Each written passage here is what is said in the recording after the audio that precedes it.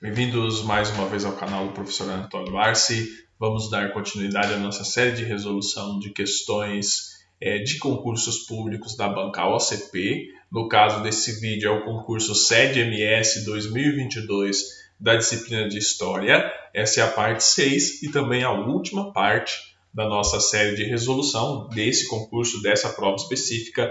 Nós vamos resolver as questões 74, 75, 76, 77, 78, 79 e 80. Se você não viu a resolução das outras questões, são 80 questões, falta as outras são 40 questões na verdade, falta as outras questões, pegue no card aí embaixo. E caso você queira ver a resolução de Sociologia, que eu também fiz desse mesmo concurso de Sociologia, você clica no canal do professor Anatólio Arce, vai em vídeos e veja os vídeos anteriores. Nós temos mais de 200 vídeos na nossa lista de reprodução do canal. Aproveite e bons estudos. Então, vamos lá, sem mais delongas, a questão 74 vai falar sobre um importante período da nossa história, que é a passagem da Idade Média para o período medieval, em que é marcada por uma série de mudanças na Europa, principalmente nos campos das artes, filosofia e literatura, entre outros campos, sendo esse período geralmente denominado Renascimento. Sobre o Renascimento, assinale a alternativa. Vamos lá, o próprio nome já diz, Renascimento. Então, a alternativa A vai dizer o seguinte, nesse período as artes foram predominadas pelo teocentrismo, com forte influência da Igreja Católica. Tome cuidado com essa alternativa, ela está errada, porque é fato que quando você coloca aqui a Igreja Católica ela influenciou na arte renascentista, isso é um fato, tá? Porém, elas não eram teocêntricas, elas eram antropocêntricas. Então, a arte renascentista ela tinha uma característica de conciliar o antropocentrismo, o ser humano, né, a visão, a imagem do ser humano, mas também influenciada pela Igreja Católica, que bancava muitas dessas artes e que financiava muitas dessas artes para serem colocadas nas igrejas. Você vê que as igrejas europeias desse período têm um importante, um rico legado na questão da arte. Porém, essa alternativa está equivocada. Vamos à alternativa B. A alternativa B vai dizer que nesse período as artes eram baseadas no antropocentrismo, até aí tudo bem. Porém, a estética era similar às obras do período medieval. Aqui que está o erro, olha. O Renascimento ele é marcado por uma grande negação da Idade Média, dos referenciais da Idade Média, inclusive estéticos. Tanto é que foi nesse período histórico que iniciou-se o processo de denominar a Idade Média como Idade das Trevas. Havia o quê? Uma negação da Idade Média e uma recuperação do passado antigo europeu, sobretudo do legado greco-romano. Certo? Muitas das leituras sobre Grécia e Roma vieram desse período histórico, do resgate, da recuperação feita nesse período histórico. Sendo assim, a alternativa B está equivocada. A alternativa C vai dizer que no Renascimento, as obras de arte tinham como principais características o antropocentrismo, até aí tudo bem, e o humanismo, ocorrendo somente na Espanha. Olha aqui que essa questão está completamente equivocada. O Renascimento ele não ocorreu apenas na Espanha, ao contrário, se você for ver o Renascimento espanhol, não é tão pujante como o Renascimento italiano. Tá? Por quê? A influência da Igreja Católica na arte, certo? Que você tinha lá, daquele período histórico, onde que ficava a sede da Santa Sé? Ficava onde hoje é a Itália. Então, o Renascimento ele é europeu, ele não ocorreu no mesmo momento e nem na mesma intensidade em todas as partes da Europa, tá? Não podemos ser mecânicos nesse ponto, tá? Mas dizer que ocorreu somente na Espanha é um grande equívoco. A alternativa D vai dizer que durante o Renascimento os valores estéticos das obras de arte baseavam-se no greco-romano da antiguidade e as ideias tinham como influência principal a religião judaica. Aqui que está o erro, olha, até aqui está correto, realmente, durante o Renascimento, os valores estéticos da obra de arte, eles baseavam-se na antiguidade greco-romana, mas você não pode dizer que tinha influência principal da religião judaica. Pelo contrário, já existia na Europa, nesse período histórico,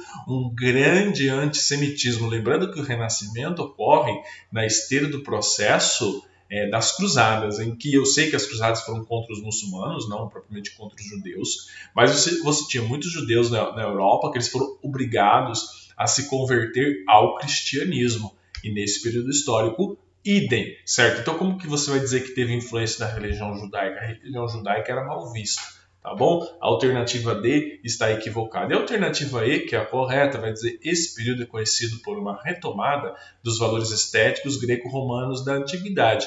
Além disso, foi caracterizado pela valorização dos ideais antropocêntricos e humanistas. Correto, está em linha com o que diz a literatura e os estudos sobre o período. Sendo assim, na questão 74, a alternativa correta é a letra E. Vamos agora à questão 75. Ela vai do Renascimento para a década de 80 no Brasil.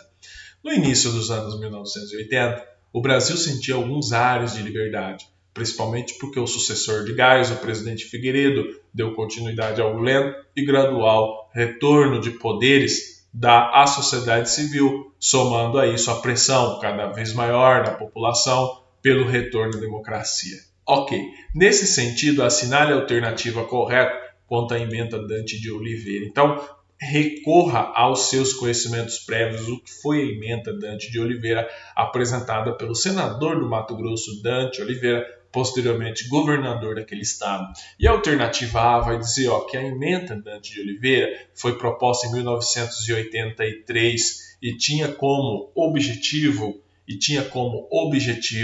a retomada das eleições diretas para presidente da República. Até aqui essa questão está em linha, certo? Mas vamos ler a questão inteira. Não leia a questão pela metade, tá certo? O que eu peço encarecidamente para vocês, não leiam. Vocês vão ser induzidos ao erro. Tá, vamos ler o final da questão. Tal emenda foi aprovada.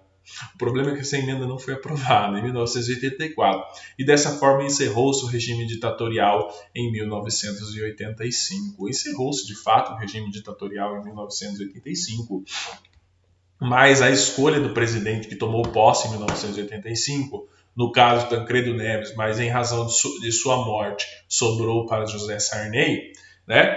Ela não foi aprovada. A emenda Dante de Oliveira ela não foi aprovada. Ela foi apresentada, causou um grande rebuliço na sociedade da época, mas ela não foi aprovada. Certo? Portanto, a alternativa A está equivocada.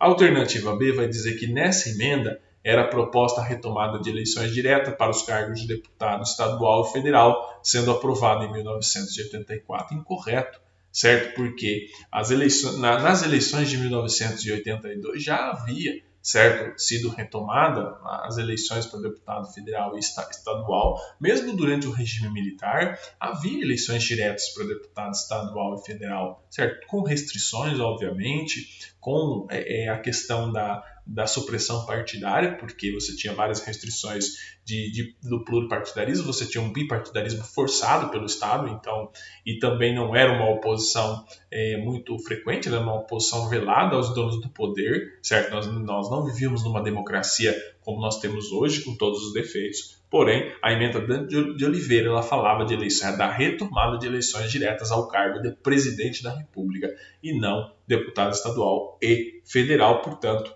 na alternativa B está incorreta. Lembrando que o pacote de Abreu do Gás de 1977 já havia alterado muita coisa. Tá bom? Alternativa B equivocada. A alternativa C, que é a correta, vai dizer a emenda de Oliveira foi proposta em 1983 pelo deputado federal de mesmo nome e tinha como objetivo o retorno das eleições diretas para presidente da República, sendo rejeitada em 1984. Eu falei senador, mas ele era deputado federal nessa época, posteriormente governador do estado do Mato Grosso. Ele já morreu de Oliveira. Ela foi rejeitada, está correta essa alternativa. É muito importante, reforçando mais uma vez, que o candidato leia a alternativa inteira, certo? Não leia pela metade. Se for preciso, leia mais de uma vez, tá bom? Alternativa C correta. Alternativa D vai dizer tal emenda a Constituição teve como objetivo retomar as eleições diretas para os cargos de governador do estado e prefeitos municipais, mas foi rejeitada pelo Congresso em 1984. Está equivocado. Nas eleições de governador e de prefeitos, ela foi retomada nas eleições de 1982, certo? Mas aí é óbvio, né, que somente os prefeitos das áreas de segurança nacional já foram eleitos 3 anos depois, em 1985, numa conjuntura um pouco distinta. A alternativa D está equivocada e a alternativa E vai dizer: essa emenda ficou conhecida por propor maiores poderes aos presidentes ditadores da ditadura civil-militar, porém a emenda foi rejeitada pelo Congresso em 1984. Essa alternativa está totalmente equivocada, não tem muito o que falar para ela. Emenda Dante de Oliveira, numa emenda que visava retomar as eleições para presidente da República, partindo desse princípio. Na questão 75, a alternativa correta é a letra C. Vamos agora à questão 76, certo? Virando a página, Vamos agora à questão 76. A questão 76 vai lá para a Revolução Russa. Olha como que a história é interessante. Ela vai da idade do Renascimento, vai para o Brasil contemporâneo da década de 1980 e retorna para a Revolução Russa. Vamos lá. A Revolução Russa de 1917 foi um dos maiores acontecimentos do século XX. Pela primeira vez era instaurado um governo de orientação socialista em um país de proporções territoriais continentais. Durante o processo surgiram dois grandes grupos políticos e revolucionários, os mencheviques e os bolcheviques. Sobre esses dois grupos, informe se é verdadeiro ou falso o que se afirma a seguir e assinale a alternativa com a sequência correta. Então, eu vou falar especificamente para aqueles candidatos que não têm muita intimidade com vestibulares ou concursos públicos. É importante, como uma questão dessa aparece, é importante você marcar VOF em todas elas e depois encontrar a sequência correta, tá bom? Tem alguns macetes que eu até poderia passar para vocês, de vocês eliminando. Por exemplo, se a questão essa aqui ela é verdadeira, certo? Você já elimina nas alternativas onde a primeira aqui é falsa. No caso, você eliminaria C e eliminaria E. Esse é um macete que eu passo às vezes para os meus alunos, nem sempre eles estão interessados, mas é muito bom, porque se você tiver dúvida em alguma alternativa, a sequência pode te ajudar. Certo? Concurso público e vestibular é muito estudo, mas também requer o quê? Requer sagacidade do candidato. Ele precisa ser inteligente para saber cortar caminho. Certo? Não cortar caminho como você lê a questão pela metade, lê sem atenção. Tá bom? Vamos lá. Os bolcheviques assumiram o poder em outubro de 1917 e uma das primeiras medidas foi retirar a Rússia da guerra. Correto, os bolcheviques assumiram o poder em 1917 e, logo na esteira desse processo, negociaram a paz, o Tratado de Brest-Litovsk, que retirou a Rússia da guerra. Ela fez esse tratado com a Alemanha, certo? E retirou a Rússia da guerra. Portanto, a 1 ela é verdadeira. Eu vou pintar aqui as que forem verdadeiras, eu vou pintar aqui, ó, porque não tem como eu pôr um V de verdadeiro, certo? Ela é verdadeira. Então, quando você vem aqui, ó, você já elimina duas, ó. A C você já pode eliminar, tá? Você já pode eliminar a C, porque a primeira é verdadeira, ele está falando que a primeira aqui é falsa. Então você já pode eliminar. Vamos lá. Os mencheviques diferenciavam-se dos bolcheviques em pensar a revolução de uma forma mais pacífica, alinhando-se às potências europeias capitalistas. Então vamos lá, qual é a diferença básica entre os mencheviques e os bolcheviques? Os mencheviques não queriam instituir a economia planificada. Eles pensavam em fazer a revolução, retirar o rei, modernizar a Rússia, assim como os bolcheviques, mas eles discordavam em qual modo de produção seria adotado. Certo? O modo de produção capitalista, que era defendido pelos mencheviques, e o modo de produção socialista ou de economia planificada, inovador para a época, uma experiência nova, defendido pelos bolcheviques. Portanto, essa alternativa, essa questão 2, né, o grupo aqui, ele é verdadeiro. Então você já olha aqui, olha, veja que onde que tem 2V aqui, ó, aqui é V e F. Então você já pode eliminar, ó, você já pode eliminar a alternativa D, ó, tá vendo? Só vai sobrar essa ou essa aqui. Se a próxima for falsa, você já consegue achar a alternativa correta. Você marca ela? Não. É importante analisar todas as alternativas com atenção, tá? Essa aqui, a terceira, vai dizer: os bolcheviques assumiram o poder em fevereiro de 1917 e nesse novo governo realizaram uma reforma agrária. Os bolcheviques tinham como principal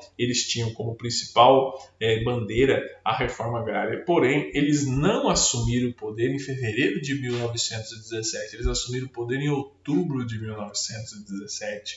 certo? Então, e nesse governo eles não realizaram uma reforma agrária de imediato. É óbvio que eles realizaram uma reforma agrária, sim, e só que eles não realizaram de imediato, certo? Por quê? Porque houve a guerra civil primeiro contra os mencheviques, para eles se consolidarem no poder. A consolidação dos bolcheviques no poder na Rússia não foi um processo fácil, também não foi um processo de um dia para o outro e também não foi um processo sem resistência. Ocorreu uma guerra civil entre os brancos, que eram os mencheviques, e os vermelhos, que eram os bolcheviques, o exército branco menchevique e o exército vermelho bolchevique. Sendo assim, a alternativa 3 ela é falsa, tá bom? Olha onde tem V, V e F, ó. É a alternativa A, provavelmente vai ser a alternativa A. Mas vamos ver aqui se realmente a próxima for falsa.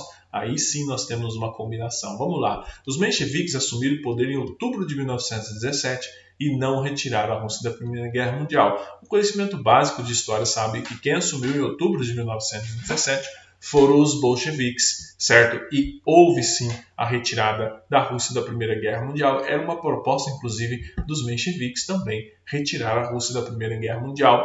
Um dos fatores que desgastaram bastante o czar Nicolau II foi que ele levou a Rússia à Primeira Guerra Mundial e isso tirou muito do prestígio que ele tinha, porque a Rússia foi prejudicada bastante na Primeira Guerra Mundial pelo assédio da Alemanha. A Alemanha tinha um exército melhor do que o da Rússia nesse momento histórico, portanto, essa alternativa aqui ela é falsa, tá? Vou pintar aqui, ela é falsa. A alternativa última, os bolcheviques tinham como principal liderança Vladimir Lenin e como base a ideologia comunista correta. Os bolcheviques eram comunistas, os mencheviques defendiam o modo de produção capitalista. Se ela é VVFFV, nós temos aqui uma alternativa correta, alternativa A. Sendo assim, na questão 78, a alternativa correta é a letra A. Vamos agora à questão 77. A questão 77 vai trazer história do Mato Grosso do Sul. Já não era sem tempo, né? Um concurso para professor do estado de Mato Grosso do Sul, ele tem que trazer história do Mato Grosso do Sul. Vamos lá, questão 77. O estado de Mato Grosso do Sul é considerado um dos territórios brasileiros com mais etnias indígenas no país, abrangendo 8 etnias diferentes, segundo dados do governo do estado.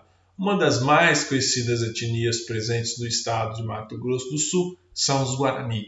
É correto afirmar que os Guarani ocupam, alternativa A, os territórios de Mato Grosso e Mato Grosso do Sul? Tome cuidado com essa alternativa, porque o território dos Guaranis é extremamente abrangente, inclusive chegando à Bolívia e ao Paraguai. Então você dizer que eles só ocupam o território de Mato Grosso e do Mato Grosso do Sul é um grande equívoco. Como se você não sabe a questão, o que você faz? Você pode pensar, olha, se no Paraguai eles falam o idioma Guarani, é porque tinha um Guarani no Paraguai, então não ocupa apenas os territórios de Mato Grosso e Mato Grosso do Sul. Também não ocupa apenas o território do Mato Grosso do Sul.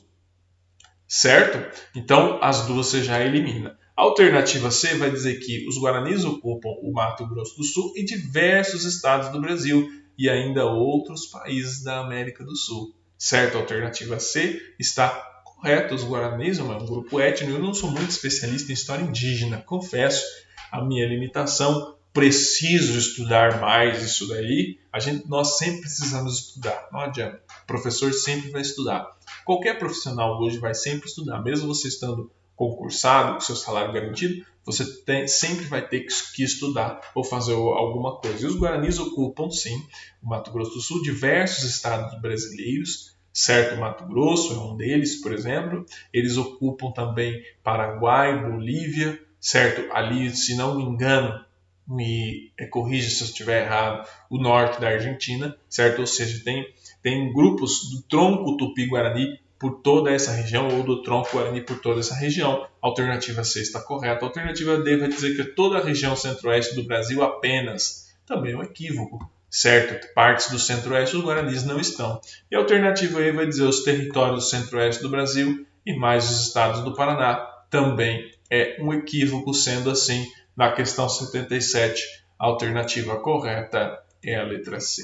Vamos agora à questão 78.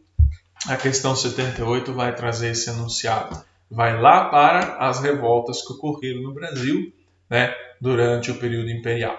Foram diversos episódios de revoltas durante o período do Império, mais especificamente durante o período regencial, entre 1831 e 1840. Uma dessas revoltas populares foi denominada cabanagem, sobre a qual é correto afirmar que. O que foi a cabanagem? Vamos lá, a cabanagem ocorreu no sul do país, seu principal objetivo foi a emancipação dessa região do governo imperial. A cabanagem não ocorreu no sul do país, então a cabanagem ocorreu no norte do país, lá no estado do Grão-Pará. Então, a revolta regencial, no período regencial, que ocorreu no sul do país foi a Guerra dos Farrapos, certo? Que ocorreu lá nos estados do Rio Grande do Sul, no estado do Rio Grande do Sul. Então, essa alternativa ela está equivocada. A alternativa B vai dizer que a cabanagem ocorreu no norte do país, na província do Grão-Pará, e em suma foi uma revolta contra o governo imperial devido às precárias condições de vida e à exclusão da participação política dessa província no governo imperial. A alternativa correta, certo? A cabanagem ela ocorre nessa região do país e os revoltosos eles tinham como pauta de reivindicação, certo, as precárias condições de vida, certo, que era uma pauta mais da população, e setores da elite que participaram dessa cabanagem reclamavam da exclusão política da província do governo do Grão-Pará, do Império. Lembrando que o Grão-Pará era maior até do que o território onde hoje é o estado do Pará, e você observa que a logística era muito diferente, né, no Império, ou seja, era uma distância muito grande. Era uma distância, às vezes, era muito mais fácil você sair do Rio de Janeiro e ir a Portugal, certo, do que provavelmente você sair do Rio de Janeiro e ir a Belém. Era uma viagem que você fazia só pelo mar. Era praticamente impossível você ir por dentro do território brasileiro. É que nós não tínhamos a logística que nós temos hoje com estrada, nós não tínhamos carro, lembrando que nessa época o transporte não era feito por petróleo, por veículo por petróleo, né, por combustão a petróleo.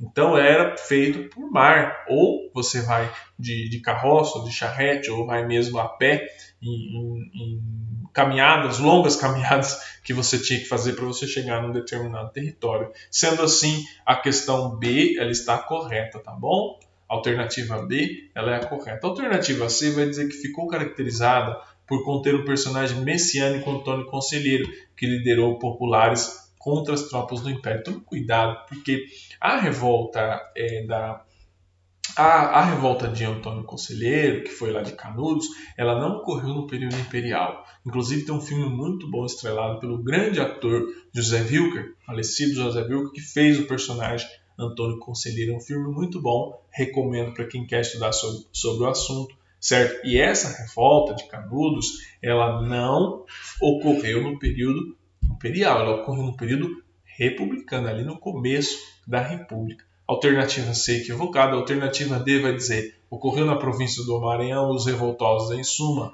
era a população pobre, os escravos que lutavam por melhores condições de vida e maior liberdade política. Ela não ocorreu na província do Maranhão.